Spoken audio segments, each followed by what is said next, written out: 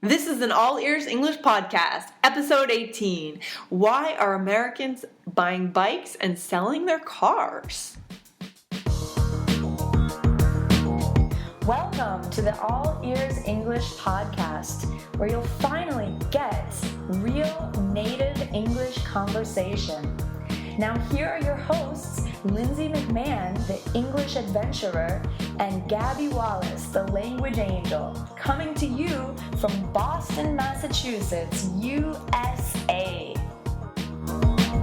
In this episode, you'll learn about an alternative to hailing a cab in Boston and New York, and you'll learn about the fastest, funnest ways to get around the city.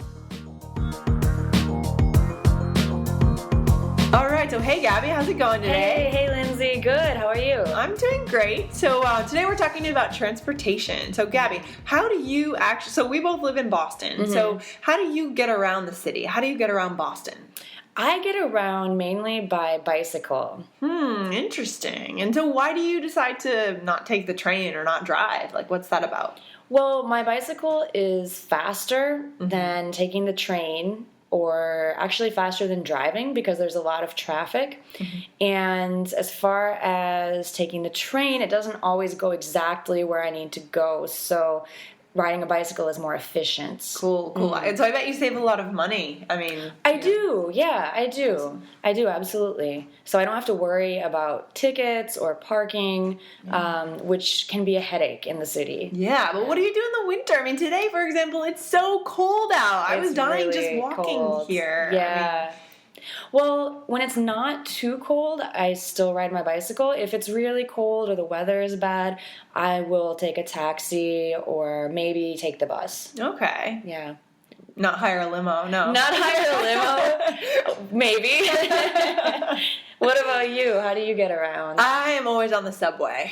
Okay. Yeah, so I buy the subway tickets because, I don't know, I just like it. I like walking from the station to my home, and I just like that I have a chance to kind of think through things. Yeah. I've been sort of lazy to buy a bike. Like, I've always wanted to have a bike, but I don't know. Sometimes I get lazy. Well, now in the cities, they have those Hubway bicycles. Yeah. Have you tried those? I haven't tried that yet, but I've heard they're staying open for the winter, which is really cool. That is cool. Yeah, so this is a new thing that's getting started in Boston, New York. So have you tried it? Do you know how to use it? I haven't tried it because I have two of my own bicycles, so I've never been in a situation where I have to try it, but I've seen a lot of people using them. They seem really popular, easy to use. And, it's like modeled off of some European cities, I think, like Amsterdam or... That makes sense. Yeah, because... I mean, in the U.S., we haven't been a very bike-friendly culture, I guess.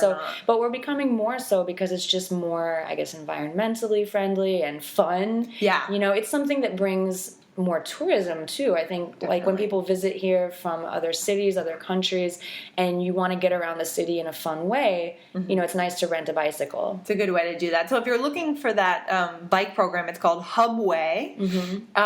And it's available, like, here in Boston. If you're in Boston, you can find little, like, bike kiosks, right? In front of the public library, near the subway stations. But I think they also have it in New York, don't they? They do. I was just in New York, and I saw the Bikes for Rent. It might have a different name in New York. Right, probably has a different name, because Hub is a name for Boston. For Boston, the Hub. exactly. Yes. Yeah. Okay, cool. So, awesome. Sounds like a good way to get around. Yeah, it is. And you know what? It's good exercise, too. It makes you feel healthy. So for sure. Yeah, just be sure to wear your helmet. You know, there's traffic out there, so maybe knee pads or elbow pads. Yeah, whatever you need to get around. Yeah. I mean, I think that, like, in European cities, a lot of people grow up riding bikes, and, you know, when they're in their early 20s still, like, they do ride bicycles pretty often. And so most drivers are aware of what it means to ride a bicycle. I mean, I read a story about this recently in the news, but it's different in the U.S. because a lot of people start driving young. I mean, I started driving at 15. I got my permit to drive. Yeah. So, I know what it's like to ride a bicycle, too, but sometimes there's divergence between drivers and bikers in terms of sharing the road, and so you just have to be considerate of one another. Right, especially in the rural areas. So I grew up in sort of a rural part of New Hampshire, and I also started driving at 16. I did driver's ed when I was 15 and a half, and then on my 16th birthday, license, driving with your friends, you're out there cruising, as we call it, right? Yeah, for sure. So in the rural areas, like, you never see people walking or biking. Right. You just don't. Everyone's got a car. 16-year-olds have cars. So that's something. But here in the city, I guess it's probably easier because more people are living this urban lifestyle. Yeah.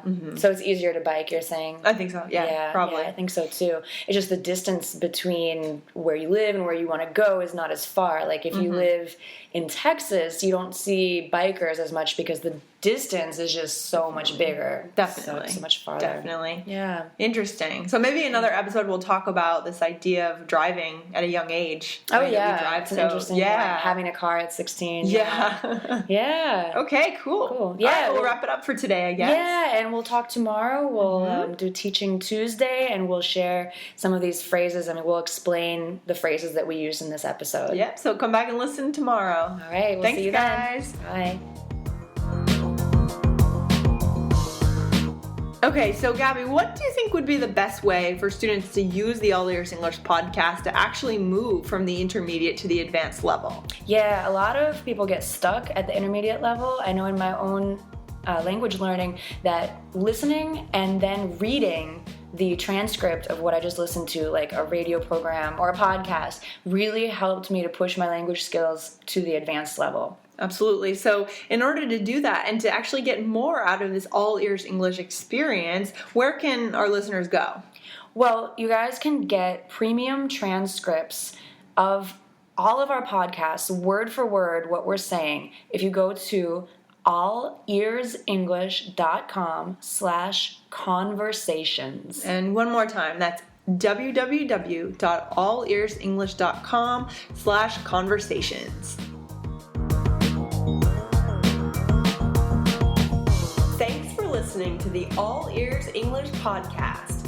We're here to help you learn English, and you can help us by leaving a 5-star review on iTunes. See you next time.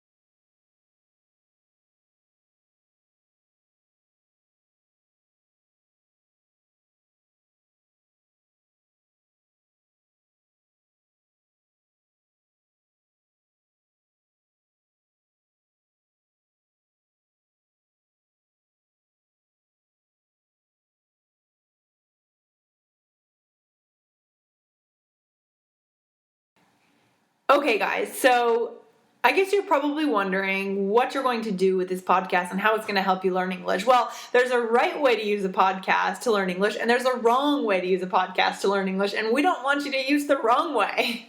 So we're offering a free guide, top 10 tips to use a podcast, this podcast, or other podcasts to become closer to a native, to understand English more like a native speaker and to be able to communicate with native speakers. So go to our website, www.allearsenglish.com/free, and get your free guide. Thank you.